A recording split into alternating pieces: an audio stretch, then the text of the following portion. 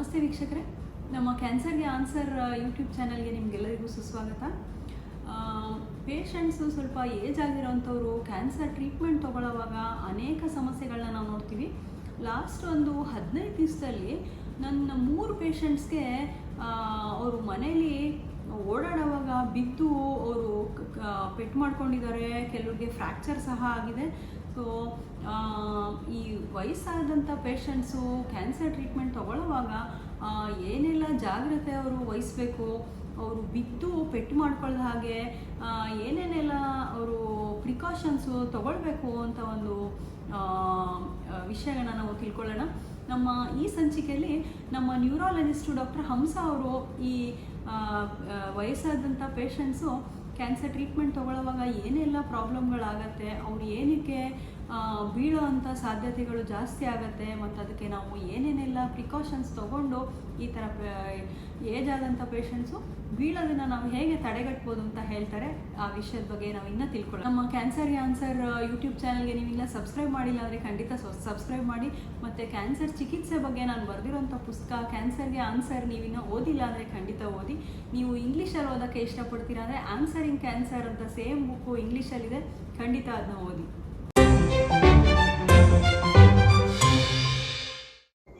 ಎಲ್ಲರಿಗೂ ನಮಸ್ಕಾರ. ನನ್ನ ಹೆಸರು ಡಾಕ್ಟರ್ ಹಂಸ KM ಅಂತ.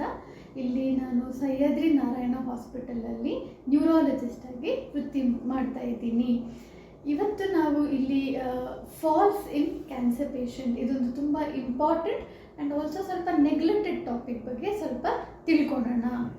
So falls in cancer patient ಅಂದರೆ ಏನಾಗುತ್ತೆ? ಕ್ಯಾನ್ಸರ್ ಪೇಷಂಟ್ಸಲ್ಲಿ ಹಲವಾರು ಕಾರಣಗಳಿಂದ ಮತ್ತೆ ಮತ್ತೆ ಬೀಳೋ ಅಂಥ ಸಾಧ್ಯತೆ ಇರುತ್ತೆ. ಯಾವ ಕಾರಣಕ್ಕಾಗಿ ಬೀಳ್ತಾರೆ ಆ್ಯಂಡ್ ಏನು ಮಾಡಿ ಅದನ್ನು ಪ್ರಿವೆಂಟ್ ಮಾಡ್ಬೋದು ಅನ್ನೋದನ್ನು ಈ ಸಲ ತಿಳ್ಕೊಳ್ಳೋಣ. ಇವಾಗ ಯೂಶ್ವಲಿ ಏನು ಕಾರಣ ಇರುತ್ತೆ? ಒಂದು ಅವರು ತುಂಬ ಕೀಮೋಥೆರಪಿ ತೊಗೊಂಡಾಗಲಿ, ಇಲ್ಲ ರೇಡಿಯೋಥೆರಪಿ ತೊಗೊಂಡು, ಸರ್ಜರಿಯಿಂದ, ಇಲ್ಲ ಕ್ಯಾನ್ಸರ್ ಇಟ್ಸೆಲ್ಫ್ ಇಂದ ತುಂಬ ಲಾಂಗ್ ಸ್ಟ್ಯಾಂಡಿಂಗ್ ಆಗಿ ತೂಕ ಎಲ್ಲ ಕಳ್ಕೊಂಡ್ಬಿಟ್ಟಿರ್ತಾರೆ. ಸೊ ತೂಕ ಕಳ್ಕೊಂಡಿರೋದ್ರಿಂದ BP ಡ್ರಾಪ್ ಆಗುವಂಥ ಚಾನ್ಸಸ್ ಇರುತ್ತೆ, ಬ್ಲಡ್ ಕಮ್ಮಿ ಆಗಿರುವಂಥ ಚಾನ್ಸಸ್ ಇರುತ್ತೆ. ಇನ್ನೊಂದು ಕಾರಣ, ಯಾವಾಗ ಕ್ಯಾನ್ಸರ್ ಪೇಷಂಟ್ಸ್ ಮತ್ತೆ ಬೀಳ್ಬೋದು ಅನ್ನೋದೊಂದು ಕಾರಣ ಅಂತ ಹೇಳ್ಬಿಟ್ರೆ, ಇದು ಪೆರಿಫೆರಲ್ ನ್ಯೂರೋಪತಿ ಇದ್ದಾಗ. ಪೆರಿಫೆರಲ್ ನ್ಯೂರೋಪತಿ ಅಂದರೆ ಏನು? ಕೈ ಉರಿ ಬರೋದು, ಅಂಗೈ ಉರಿ ಬರೋದು, ಅಂಗಾಲು ಉರಿ ಬರೋದು, ಇಲ್ಲ ಚಪ್ಪಲ್ ಹಾಕ್ಕೊಳ್ಲಿಕ್ಕೆ ತೊಂದರೆ, ಕೈನಲ್ಲಿ ವೀಕ್ನೆಸ್ ಬರೋದು, ಇದು ಪೆರಿಫೆರಲ್ ನ್ಯೂರೋಪತಿ ಅಂತ ಹೇಳ್ತಾರೆ. ಈ ಥರದವರಿಗೆ ಅವಾಗಲೂ ಅವರಿಗೆ ನಿಂತಾಗ ಅವ್ರು ಎಲ್ಲಿ ನಿಂತಿದ್ದಾರೆ ಅನ್ನೋದು ಗೊತ್ತಾಗೋದಿಲ್ಲ. ಸೊ ಆ ಕಾರಣದಿಂದ ಬ್ಯಾಲೆನ್ಸ್ ತೊಂದರೆಯಾಗಿ ಬೀಳುವಂಥ ಸಾಧ್ಯತೆ ಇರುತ್ತೆ. ಸೊ ಅದನ್ನು ಕಂಡಿಡ್ಕೊಂಡು ಆದಷ್ಟು ಬೇಗ ನಿಯರ್ ಬೈ ನ್ಯೂರಾಲಜಿಸ್ಟ್ ಹತ್ರ ಹೋಗಿ ಪೆರಿಫೆರಲ್ ನ್ಯೂರೋಪತಿನ ಸ್ವಲ್ಪ ಕಂಟ್ರೋಲ್ ಮಾಡಿಕೊಂಡ್ರೆ ಈ ಬೀಳುವಂಥ ಚಾನ್ಸಸ್ ಸಹ ಕಮ್ಮಿ ಆಗುತ್ತೆ. ಅದರ ಜೊತೆಗೆ ಇದು ಎಷ್ಟೊಂದು ಮಾತ್ರೆ ತಗೊಳ್ತಾ ಇರ್ತಾರೆ. ಮಾತ್ರೆದು ಕೆಲವೊಂದು ಸೈಡ್ ಎಫೆಕ್ಟ್ ಇರುತ್ತೆ. ಕೆಲವೊಂದು ಸೆಡೆಟಿವ್ಸ್ ಮಾತ್ರೆ ಅಂತ ಕೊಟ್ಟಿರ್ತಾರೆ, ನೋವಿಗೆ ಕಮ್ಮಿ ಆಗಲಿಕ್ಕಾಗಿ, ಆಮೇಲೆ ನೋವು ಕಮ್ಮಿ ಆಗಬೇಕು ಅಂತ. ಹಾಗಾಗಿ ಆ ಮಾತ್ರೆದು ಕೆಲವೊಂದು ಸೈಡ್ ಎಫೆಕ್ಟಿಂದನೂ ಸಹ BP ಡ್ರಾಪ್ ಆಗುವಂಥ ಚಾನ್ಸಸ್ ಇರುತ್ತೆ. ಈಗ ನಾವು ಆ ಮಾತ್ರೆನ ನಿಲ್ಲಿಸಲಿಕ್ಕೆ ಆಗುತ್ತಾ? ಅದು ಬೇರೆ ಪ್ರಶ್ನೆ. ಮೋಸ್ಟ್ಲಿ ಅವರಿಗೆ ಅವ್ರದ್ದು ನಾರ್ಮಲ್ ಲೈಫ್ ಲೀಡ್ ಮಾಡಲಿಕ್ಕೋಸ್ಕರ ಇದೆಷ್ಟು ಮಾತ್ರೆ ತೊಗೊಂಡಿರ್ತಾರೆ. ನೋವು ಕಮ್ಮಿ ಆಗಬೇಕು, ಒಂದು quality of the life improve ಆಗಬೇಕು ಅಂತ ಮಾತ್ರೆ ತೊಗೊಳ್ತಾ ಇರ್ತಾರೆ.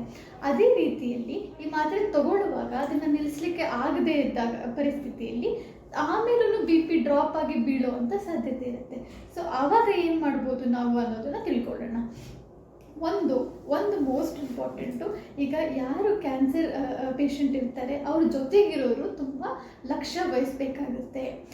ರಾತ್ರಿ ಹೊತ್ತು ಸ್ವಲ್ಪ ಡಿಮ್ ಲೈಟ್ ಹಾಕ್ಕೊಳೋದಾಗಲಿ, ಇಲ್ಲ ಅವ್ರಿಗೇನಾದರೂ ನೋಡಲಿಕ್ಕೆ ತೊಂದರೆ ಇತ್ತು ಅಂದರೆ ಸ್ವಲ್ಪ ಬ್ರೈಟ್ ಲೈಟೇ ಹಾಕಿರೋದಾಗಲಿ, ರಾತ್ರಿ ಎದ್ದು ವಾಶ್ರೂಮ್ಗೆ ಯೂಸ್ ಮಾಡ್ಕೊಂಡು ಬರುವಾಗ ಅಲ್ಲಿ ಲೈಟ್ ಆನ್ ಮಾಡಿರೋದಾಗಲಿ, ಜೊತೆಗೆ ಯಾರಾದರೂ ಹೋಗಿ ಬರುವಂಥದ್ದು ಫಾಲೋ ಮಾಡಬೇಕು.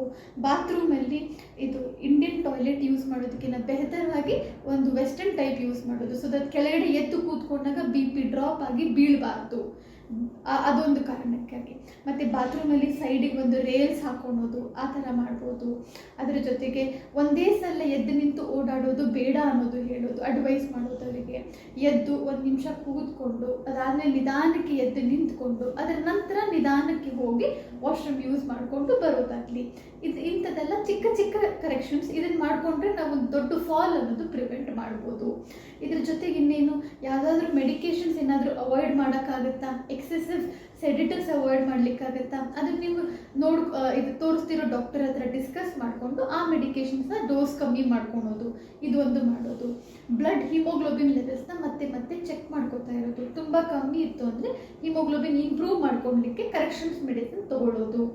ಬಿ ಪಿ ಡ್ರಾಪ್ ಆಗುತ್ತಾ ಇರುತ್ತೆ ಅಂದರೆ ಬಿ ಪಿ ಮೆಡಿಕೇಶನ್ ಡೋಸ್ ಸ್ವಲ್ಪ ಕಮ್ಮಿ ಮಾಡೋದಾಗಲಿ, ಇಲ್ಲಾಂದರೆ ಇದು ನೀರು ಚೆನ್ನಾಗಿ ಕುಡಿಸೋದು, ಉಪ್ಪು ಬೆರೆಸಿ ಸ್ವಲ್ಪ ನೀರು ಕುಡಿಸೋದು, ಇದೆಲ್ಲ ಫಾಲೋ ಮಾಡಿಕೊಂಡ್ರೆ ಬಿ ಪಿ ಡ್ರಾಪ್ ಆಗೋದು ಅವಾಯ್ಡ್ ಮಾಡ್ಬೋದು.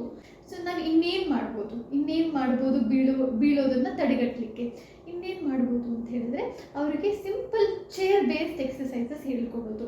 ಮನೆಯಲ್ಲೇ ಅವರಿಗೆ ಚೇರಲ್ಲೇ ಕೂರಿಸ್ಬಿಟ್ಟು ಎದ್ದೇಳಿಸೋದು ಕೂರಿಸೋದು ಮಾಡಿ ಸ್ವಲ್ಪ ಕಾಲ್ ಮಸಲ್ಸ್ ಎಲ್ಲ ಸ್ವಲ್ಪ ಸ್ಟ್ರಾಂಗ್ ಆಯಿತು ಅಂದರೆ ಮತ್ತು ಅಲ್ಲಿ ಪೂಲಿಂಗ್ ಸಹ ಏನದು ಕಾಲಲ್ಲಿ ಬ್ಲಡ್ ಪೂಲಿಂಗ್ ಸಹ ಕಮ್ಮಿ ಆಗುತ್ತೆ. ಅವಾಗೂ ಸಹ ಬೀಳೋದನ್ನು ಕಮ್ಮಿ ಮಾಡ್ಬೋದು. ಇನ್ನೇನು ಮಾಡ್ಬೋದು, ಇವಾಗ ನಡೆದಾಡ್ತಾ ಇರ್ತಾರೆ ಅಲ್ಲಿ ಜಾರೋ ಅಂಥ ಪದಾರ್ಥ ಇರಬಾರ್ದು, ಕಾರ್ಪೆಟ್ ಹಾಕೋದು, ಕಾರ್ಪೆಟ್ ಮೇಲೆ ಓಡಾಡಿ ಅಂತ ಹೇಳ್ಬೋದು ಮನೆಯಲ್ಲಿ. ಇಲ್ಲಾಂದರೆ ಒಂದು ವಾಕಿಂಗ್ ಸ್ಟಿಕ್ ಕೊಡೋದು, ಗ್ರಿಪ್ ಇರೋ ಅಂಥದ್ದು ಒಂದು ವಾಕಿಂಗ್ ಸ್ಟಿಕ್ ಯೂಸ್ ಮಾಡ್ಕೋಬೋದು, ಇಲ್ಲಾಂದರೆ ಒಂದು ವಾಕರೇ ತಂದು ಕೊಡೋದು.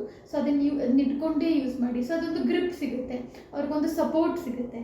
ಇಲ್ಲ ಅಲ್ಲಿಗೂ ಆಗೋದಿಲ್ಲ ಅಂದರೆ ಯಾವಾಗಲೂ ವಾಶ್ರೂಮ್ ಹೋಗುವಾಗ ಬರುವಾಗ ಎಲ್ಲಿಗಾದರೂ ಹೋಗುವಾಗ ಬರುವಾಗ ಯಾರಾದರೂ ಒಬ್ಬರು ಇಬ್ಬರು ಜೊತೆಗಿರಬೇಕು, ಅದು ಒಂದು.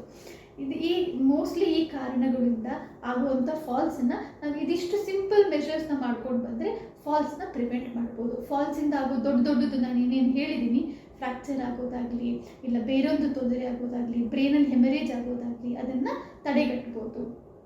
ಯಾವಾಗ ನೀವು ನ್ಯೂರಾಲಜಿಸ್ಟ್ನ ಮೀಟ್ ಮಾಡಬೇಕು ಫಾಲ್ಸ್ ಇರೋದ್ರಿಂದ?